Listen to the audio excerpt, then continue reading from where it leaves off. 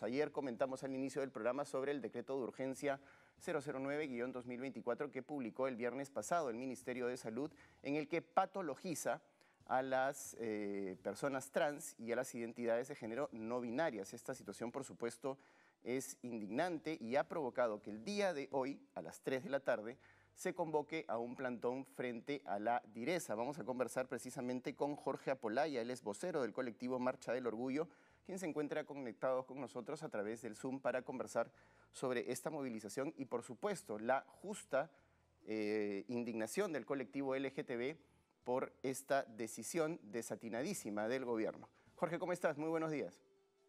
Hola Paco, ¿cómo estás? Muy buenos días, gracias por la invitación. Jorge, empecemos comentando y explicándole un poco al público de qué trata este decreto de urgencia, porque lo que yo tengo entendido es que en un primer momento este decreto de urgencia se emite con la, digamos, visión y con la intención de incluir a las personas trans dentro del sistema del Seguro Integral de Salud, y para esto necesitaban una codificación, pero claro, se utiliza una codificación que ya está desactualizada y que, en el colmo de los males, patologiza a las personas trans, lo cual es verdaderamente inaceptable. ¿Qué es lo que está sucediendo en este caso? Pero algo que, hola, ¿qué tal, Paco? Gracias por la pregunta. Algo que hay que anotar también, yo creo que aquí hay dos cosas que habría que analizar más allá del decreto supremo, ¿no? O sea, evidente, en el marco del decreto supremo. Uno, que el Estado lo que dice es que solo con este decreto supremo va a atender a las mujeres trans. Mi pregunta es, ¿cómo va a atender a las mujeres trans? Sobre todo cuando el pedido se lo hace una clínica privada. Yo no estoy diciendo con esto que hayan personas trans que no se atiendan en clínica, pero estoy absolutamente convencido, y las estadísticas además lo señalan, deben ser la menor población que desea ser atendida en una clínica privada, porque no hay que olvidar que la población trans es la población más precarizada del Así es. país, incluso dentro del propio movimiento, de la propia comunidad LGBTI. La población trans es la más precarizada. Entonces yo me sigo haciendo la pregunta, ¿cuál es la lógica de dónde salió esto de que vamos a atender a las personas trans en el seguro privado? Lo entiendo hasta de lo del seguro público, porque el SIS tiene que cumplir una función. Ahora, es peligroso también porque al seguro público, entiéndase al SIS, que no ha dicho absolutamente una sola palabra hasta este momento, cuando son los que efectivamente deberían decirle y responderle al MINSA, oiga, lo que usted está haciendo se llama discriminación, tampoco se manifiesta.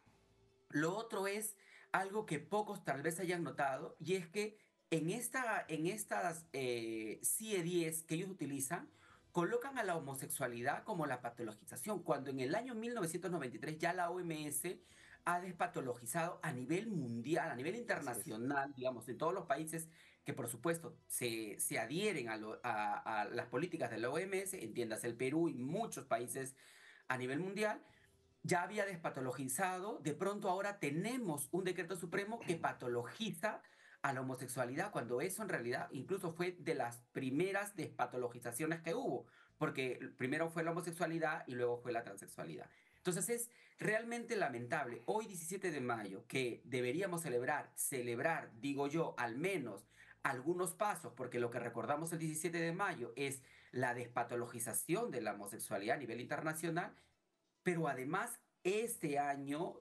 se cumplen 100 años Ujú. de la despenalización de la homosexualidad en el Perú. Entonces, 100 años donde no ha pasado absolutamente nada en el sentido más estricto de la palabra, es decir, de reconocer a la población LGBT como población sujeta de derecho, y con un Ministerio de Salud que históricamente nos ha colocado únicamente como una población de riesgo, entiéndase VIH, Así es. ¿no? Porque de aquí no salimos.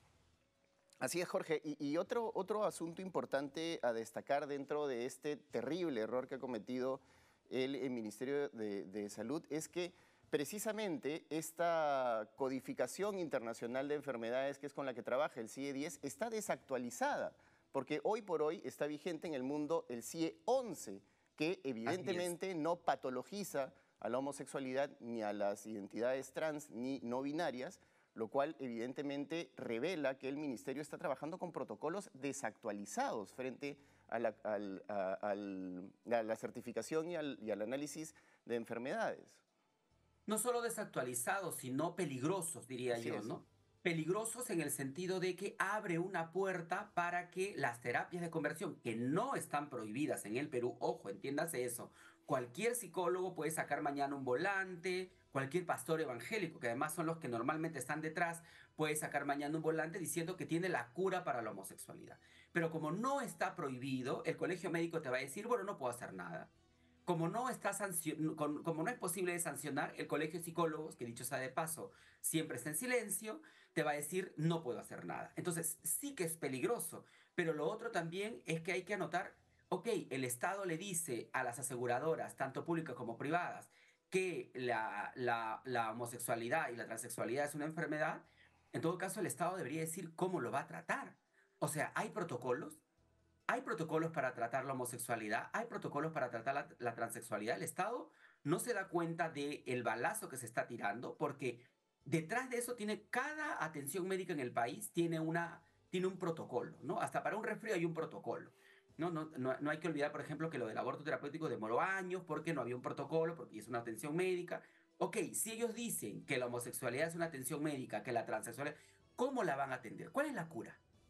¿Cuál es la cura cuando históricamente, internacionalmente, se ha demostrado que no hay cura para la homosexualidad, que no hay cura para la heterosexualidad tampoco y que no hay cura para la transexualidad? O sea, lo que hay sí son condiciones, porque lo que dice la OMS es que la salud no es solamente la ausencia de enfermedades, sino la salud es un entorno que te provea salud física, salud mental y salud social, ¿no? Entonces, ¿de qué estamos hablando y de qué habla el Ministerio de Salud cuando nos dice que la única fórmula para poder atender a la población trans es el decreto supremo? Absolutamente falso, incluso sin reconocer lo que ellos mismos pequeñamente han ido avanzando, porque en el Perú tenemos una norma técnica de atención integral para las personas trans que no está inspirada en el reconocimiento de la identidad de género, está inspirada en la prevención del VIH, es decir, reducir la tasa de VIH para que las mujeres trans se acerquen a los centros de salud y puedan recibir tratamiento para el VIH. Porque como es la población más estigmatizada, entiéndase, y que sí que es una realidad, es una población con mayor tasa de prevalencia hacia el VIH. Entonces lo que el ministerio hace es decir, ok, como tú no vienes por tu tratamiento, yo te entrego hormonas. Porque las hormonas sí es algo que las mujeres trans de todas formas siempre están intentando acceder. Además son costosas y el Estado lo que hace es, ok, te doy hormonas, pero vienes y te tratas del VIH. No, ese es el espíritu de la norma técnica.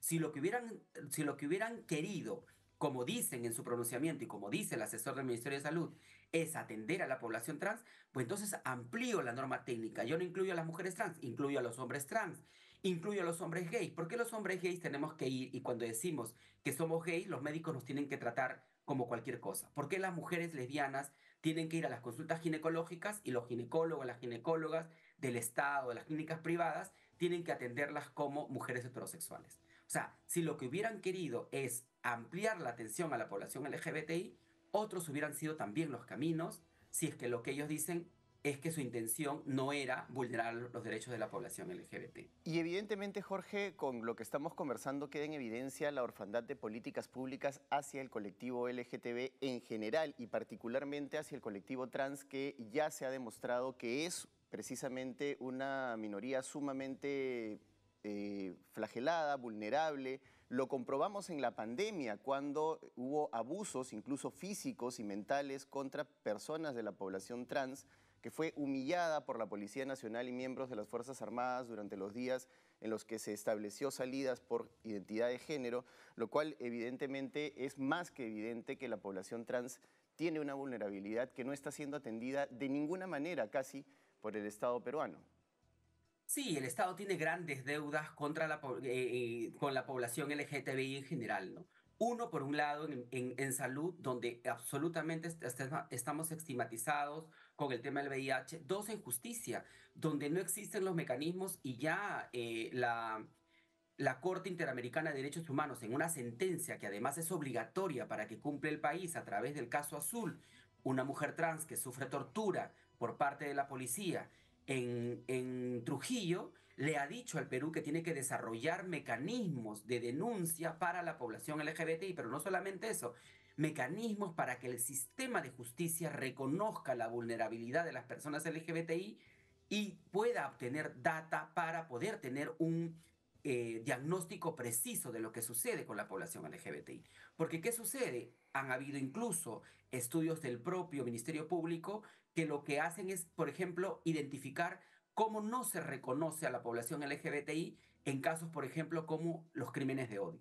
El 31 de mayo en el Perú es el Día Nacional contra los Crímenes de Odio, también en este mismo mes. O sea, de verdad es absolutamente preocupante porque lo que no tenemos es data estadística que la debe proveer el Estado. Hasta ahora lo que tenemos son data de, por ejemplo, el Observatorio LGBTI, una Ujú. organización que hace esfuerzos sobrehumanos para poder todos los días estar identificando en diarios, revistas, qué sé yo, las noticias sobre los crímenes de odio e identificar a través de un patrón cuándo se trata de un crimen de odio. Pero el Estado no lo está haciendo. O sea, llega un crimen, por ejemplo, como el de Pedro Pablo, que es además asfixiado dentro de su casa por un grupo de delincuentes que comparte con él en un determinado momento, pero el Estado no lo reconoce como crimen de odio. El de José Yactayo, el de Enrique Arméstar y varias muertes que, por ejemplo, de compañeros, de compañeras que no son reconocidos como un crimen de odio. Y además, en el caso de las compañeras trans, lo que decía una compañera argentina, Loana Berkin, ¿no? Que es la gesta del nombre propio. ¿Qué pasa? Que tú mueres como mujer trans, pero cuando a ti te van a hacer todos los trámites, si no has hecho un cambio de nombre, el nombre que va a aparecer es el de tu DNI. Así Entonces es. tu historia finalmente es borrada. Porque si yo me nombrara Juana, yo no voy a aparecer como Juana, apareceré toda la vida como Jorge. Estoy hablando, por supuesto, en un caso absolutamente hipotético, con el perdón de las compañeras trans, para que no se tome a mal, no sería enterrado con ese nombre. Entonces mi historia como Juana sería absolutamente borrada.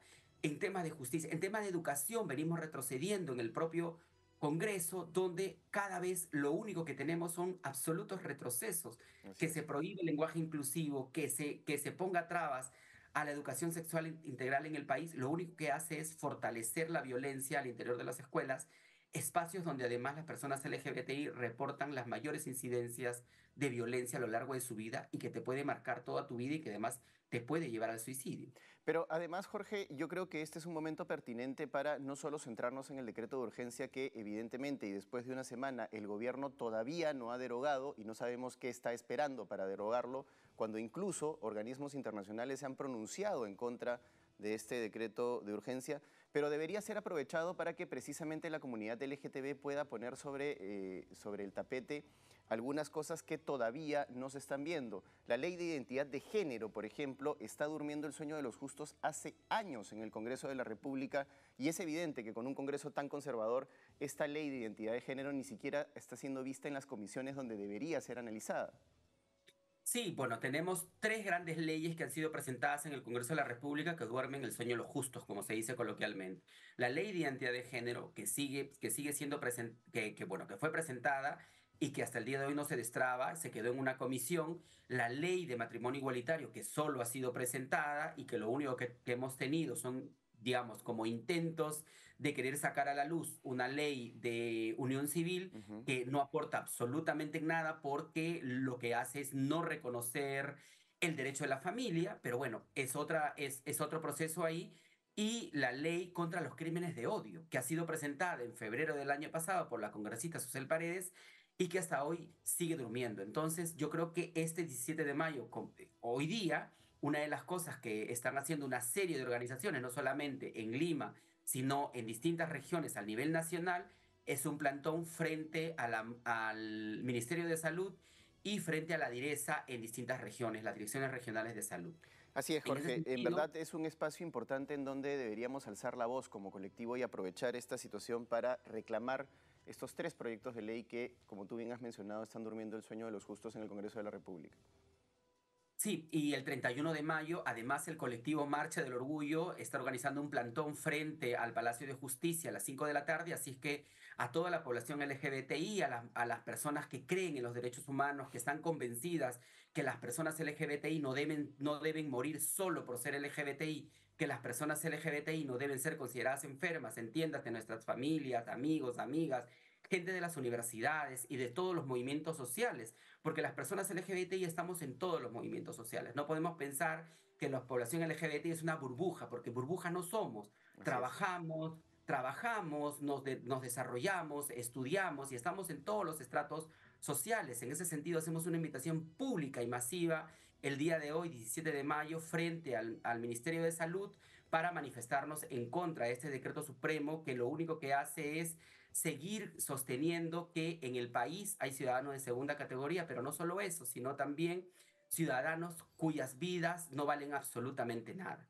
Muchas gracias, Jorge, por haber estado con nosotros esta mañana en el programa. Jorge Apolaya, vocero del colectivo Marcha del Orgullo, y la invitación está hecha. Acérquese hoy día, si puede, a las 3 de la tarde frente al Ministerio de Salud. Acompaña al colectivo LGTB, y si usted no es parte del colectivo, eso no tiene absolutamente nada que ver. Si usted está en contra de este tipo de decretos que patologizan a personas que simplemente son quienes son y no tienen ninguna enfermedad y no tienen absolutamente nada que curar, acompáñenos, porque en verdad todas las voces son importantes y valiosas.